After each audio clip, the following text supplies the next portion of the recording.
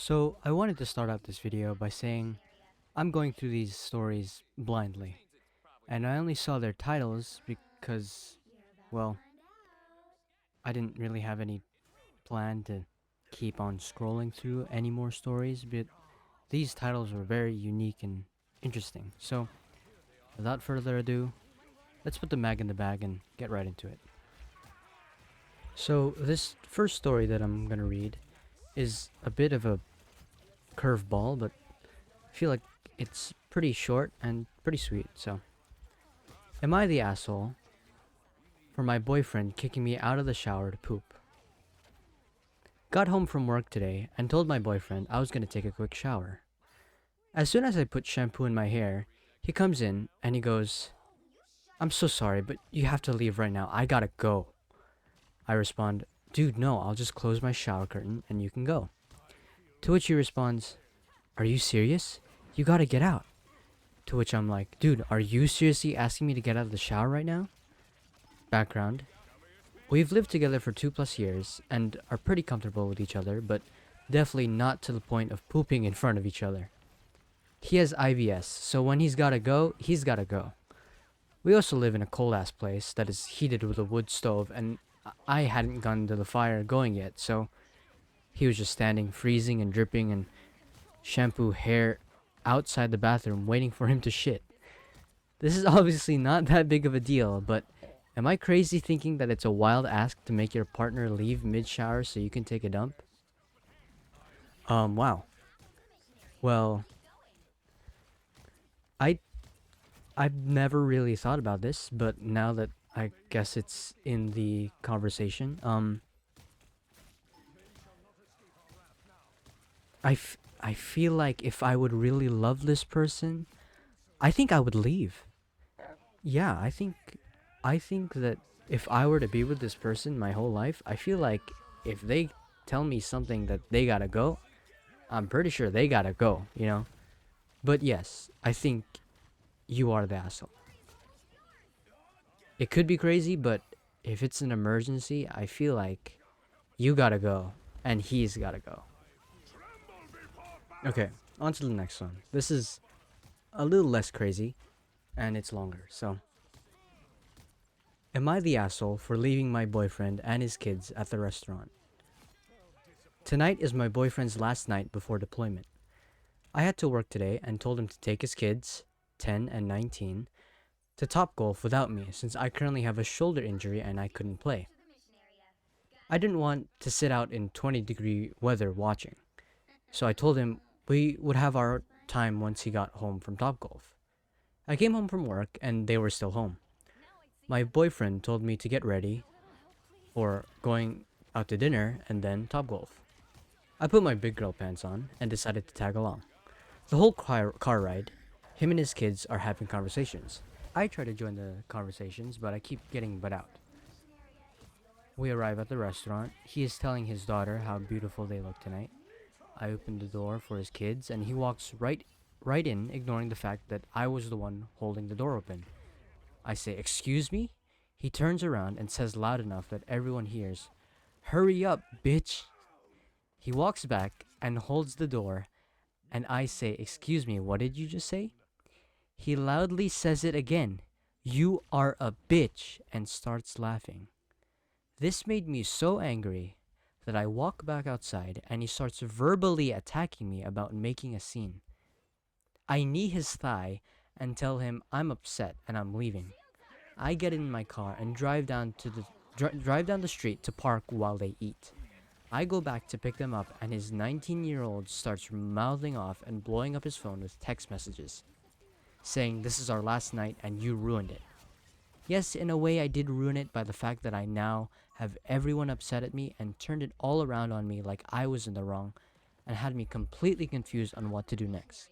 He leaves tomorrow morning and he refuses to talk to me or answer any of my texts. Wow, that is a really unique kind of love. Um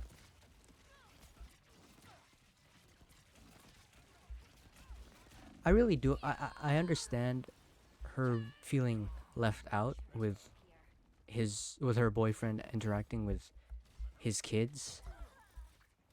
But, I don't think she's the asshole.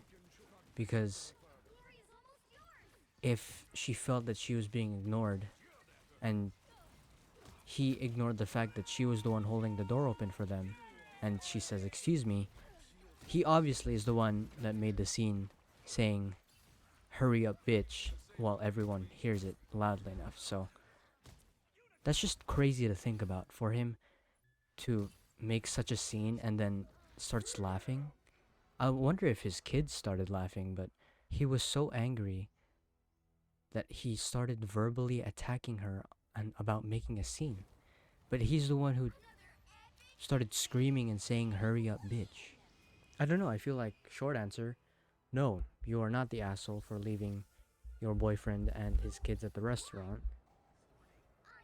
because he is the one who started making a scene and was the one that really didn't give importance to you being in the conversations. So I hope she gets their relationship solved before his deployment. I mean, how long is he gonna be gone?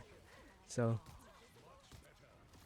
while I'm reading this, I'm seeing a lot of the comments being the same, which is, "May this love never find me. You're the asshole to you. Why would you put up with that?" Exactly. Even if he is about to be deployed the next morning, I don't feel like it gives him the right to treat you in that way. Anyways, on to the next one. Just from seeing the title, I'm already excited to read this. I still have no idea what it's going to be about, but I feel like it's going to be pretty funny. Am I the asshole for not wanting to look at my dad's ass? I'm a medical student and I'm currently at home for vacation. My dad has been complaining of this weird, painful lump near his anus for some time and told me to take a look at it, for clinical purposes. I refused and offered to take him to a doctor. He's been angry at me ever since and yells at me even if I breathe too loud. My parents live in a pretty remote, hilly region, and the nearest hospital is about an hour away, but the road is a bit difficult to drive through. The pain got a bit more severe, and my dad started complaining about not being able to walk, so I told him to take the day off and went to work in his stead, since my parents run two restaurants for hikers and tourists. He has faked many illnesses before, so me and my mom thought that he was being dramatic and obnoxious as usual. The slightest headache or scratch is the end of the world for him. Tonight, I finally got fed up of his moaning and I drove him to a big fancy hospital that was 2 hours away in the city. Turns out, it was perianal abscess, and they had to take him for surgery. It was minor, and the surgery was done in like 40 minutes, but they're keeping him under observation for 2 days. I'm staying at the hospital with him, and everything is covered by insurance. Ever since then, he's been complaining about everything nonstop and scolding me by saying that if I had looked at it before, then it wouldn't have come to this, and he wouldn't be in so much pain. He's been complaining to all the nurses and ward boys about how useless his child is, who is a medical student, but he couldn't even help him. I don't really think I could have, even if I looked at it, but I feel a bit guilty. Am I the asshole?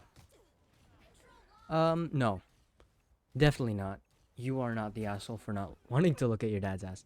That is a crazy title, but now that I'm reading it, I don't, he's not the asshole. It's a really funny title, but I guess it's pretty simple. The dad is very, very complaining. He sounds very old. That's one. But two, I don't think that him looking at it would have solved anything. I feel like that's just an emergency and just a horrible memory waiting to happen. Scrolling down and looking at the comments, it really feels like everyone's on the same track here. I mean, it is pretty simple. NTA, NTA, NTA. I mean, that is just common sense. Okay, I think that's enough of all the crazy title ones. We can move on to a more long story. Am I the asshole? I think I'm losing my best friend. I, 16F, am currently in a few high school classes with my best friend. She will be called Petra. Her boyfriend, who we will call Mark, is in all of my classes. Mark and I never really got along. We were never friends, never anything close. We would talk in a few classes last year, but very rarely. About a year ago, I became best friends with Petra. We are absolutely inseparable, or so I had thought. A while after we became friends, possibly a week or two after, Mark had asked Petra out, to which she said yes. They started dating. Not much had really happened between any of us. Petra and I had stayed close as we are now. Everything is good. Up until now, I got with my now boyfriend. We can call him Jason. Jason and I have been together for a few months. Happiest, healthiest relationship as could be. Now, around Halloween, me and Jason had planned to hang out on Halloween night as I knew Petra was going on with her family. I ended up passing by and walking with Petra, but only for 15 minutes until me and Jason broke off. A week later, Jason told me about how Mark was practically begging him to fake an emergency so that I wouldn't hang out with Petra, but be with Jason on Halloween. Of course, Jason said no because that was wrong and I was going to be with him anyway. No one had made plans with Petra, and I'm almost 100% certain Mark believed she was using her family as a lie to hang out with me. After about a month or two of dating, Jason brought it up to my attention that Mark was asking about if me and my boyfriend had, had the thing. We aren't like that, and barely made physical contact or even eye contact.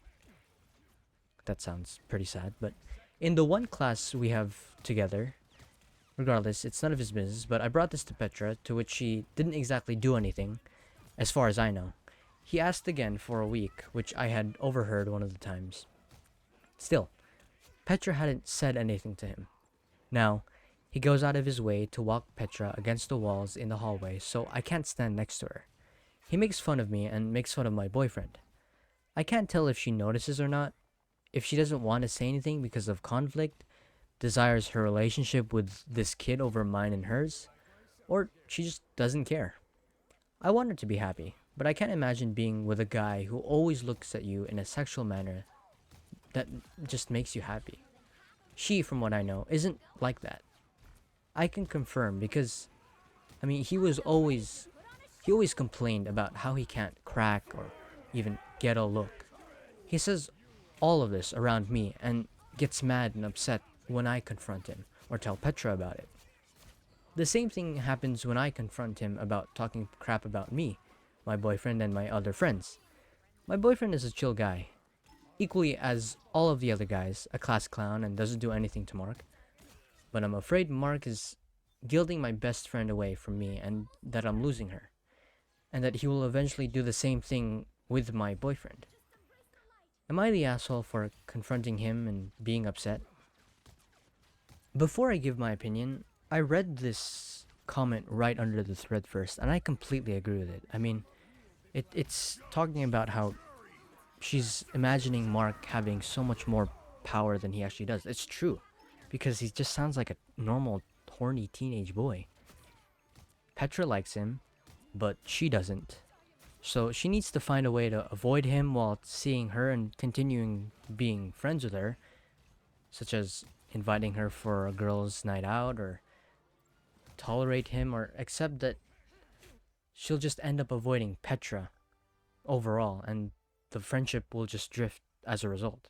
The comment makes a lot of sense because it's talking about how there is a really good chance that this could push Petra away from her if she continues to talk about Mark in a really bad light.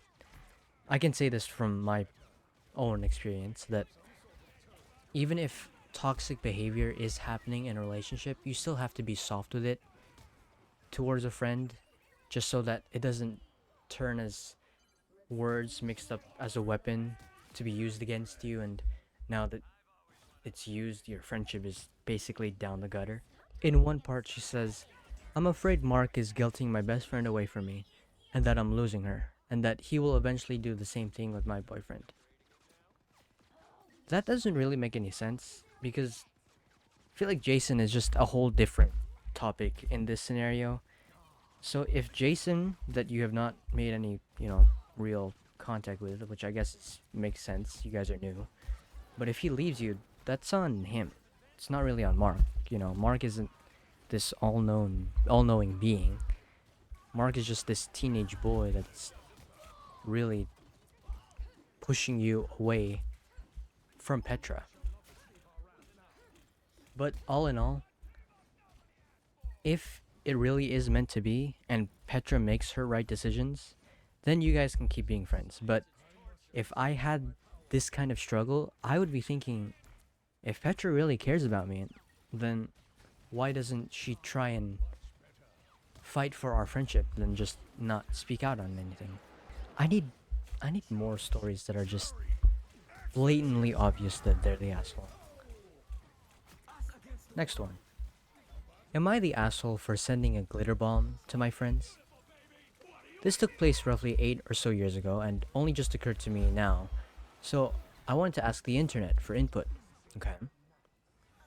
I have, or had, two friends, let's call them Sam and Chuck.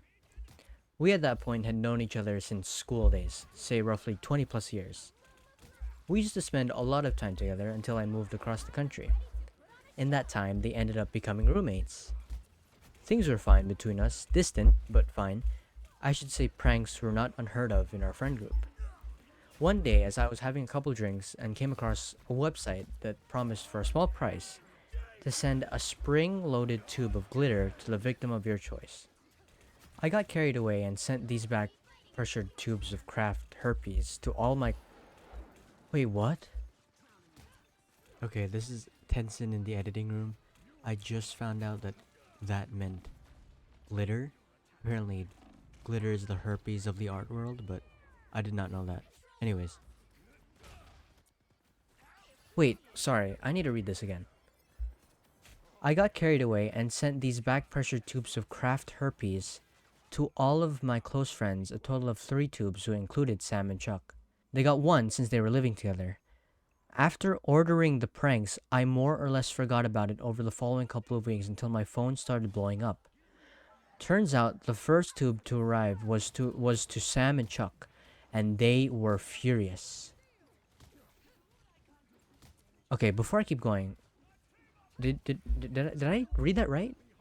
Does he mean actual herpes or is it just a joke, as in just glitter? Because he said back pressure tubes of craft herpes. Is that a thing? Anyways, I immediately tried to apologize, but the damage was done and they wouldn't hear it. I was told I could have blinded them or caused a heart attack and that the mess was everywhere and they'll never be able to clean it up. Over and over I apologized. I offered to hire cleaners, but they turned that down because they were living somewhere that wasn't legal. So I offered to have trusted friends or family to do the cleaning, and again, they refused. The fallout went on for days. They contacted everyone I know to warn them not to open up any packages for me, so no one else got the surprises. They spread the word of my wrongdoing as far as they could. After all was said and done, Sam had since refused to speak to me. I reached out every 10 months or so for a couple of years and never received a reply. I figured if they ever want to be friends again, they'd let me know, so I sent a text saying as much as I can and left Sam be. I still see Chuck whenever I'm in town, but it's been different since then. At the end of the day, I know what I did was an ass move, but I didn't think it was bad enough to end a decades-long friendship over. I also feel like I did everything in my power to make amends, but I'll admit, I could be wrong, and this was in fact that awful. So, am I the asshole? Okay. Now, with a friendship that lasted this long, it's pretty surprising, at least for me, that this was the reason they ended. I mean, it was pretty bad. A back pressure tube of craft herpes is pretty bad. And it is an asshole move, but I kind of feel this guy. Like, I can relate to him, because we've all done pranks or jokes that maybe it went too far. maybe they didn't laugh and they didn't find it funny, and you tried everything you can in your power to make amends. Now, I'm not saying that Sam and Chuck have no reason to be upset. That is not at all true. They do have the reason to be upset. And it was their choice to not be as close with this guy anymore because the joke that he made was obviously not funny to them. But I don't think this is more of a clear cut story of him being an asshole. It was more of him making a really honest mistake. Of course, it's just a prank, at least for him. And they said that they always made pranks to each other. So it was kind of hard to read where and when is it that it's too far. He did everything he could. He apologized. He offered to help. He did everything he could. Even over the years, he said that he tried coming back in contact or trying to speak to Sam again, but they never replied. So it is really unfortunate, and it is really it's really unlucky that that's how things were to have happened for a friendship that lasted this long. But he has learned, especially in the comments. He says that since that day, I have stopped. I've been prank free for 8 years now, and I accept the judgment that it was just a bully move. And he continues to say that even if he is an ass, he didn't genuinely want to be one, which I get. He made an honest mistake, and it's obvious that the glitter bomb was that bad. I think if I were Sam and Chuck, I would have been, of course, furious as is. But if this person was with me for almost my entire life, maybe the reason isn't just about glitter. Maybe there was something more that happened that led him to led them to cut him off so quickly.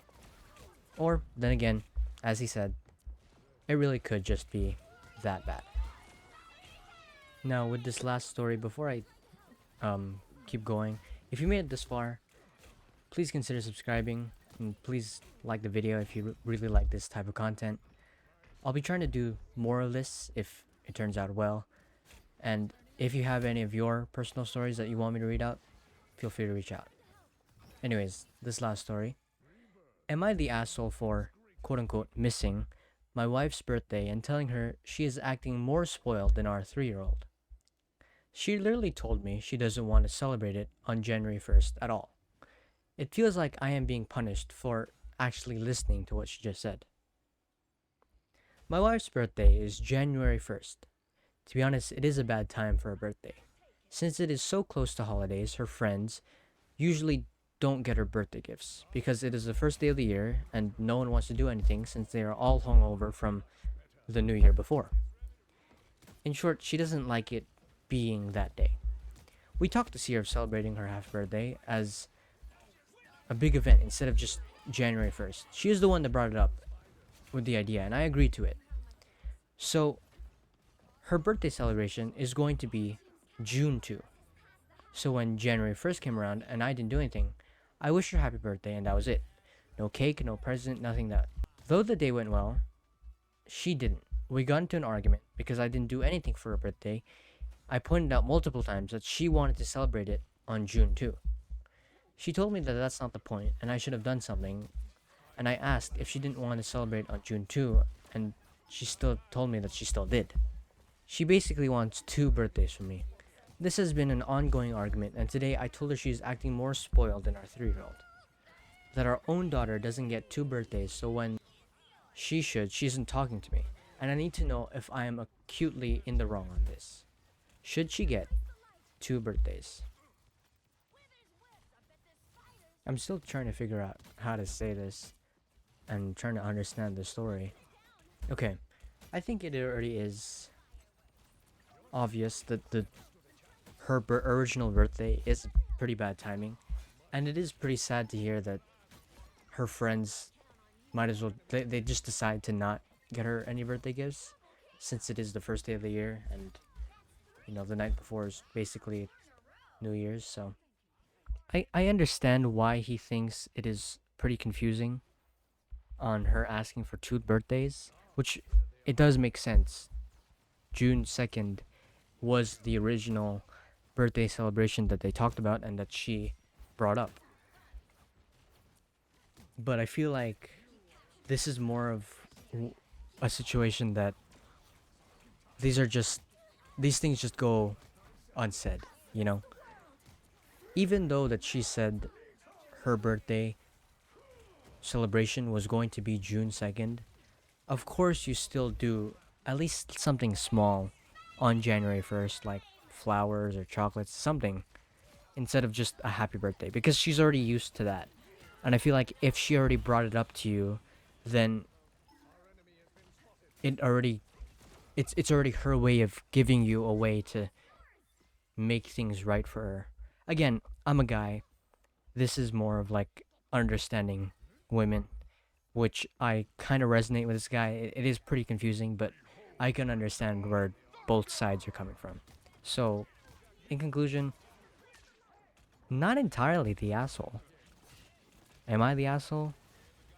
Kinda, but not really. I feel like most of these can kind of just all be said with a really good conversation, but that is pretty rare nowadays. Anyways, hope you guys enjoyed this video. Whatever you're doing, maybe sleeping or eating or taking a break from work or just studying or having this in the background. Hope you guys have a wonderful day, and I'll see you in the next video.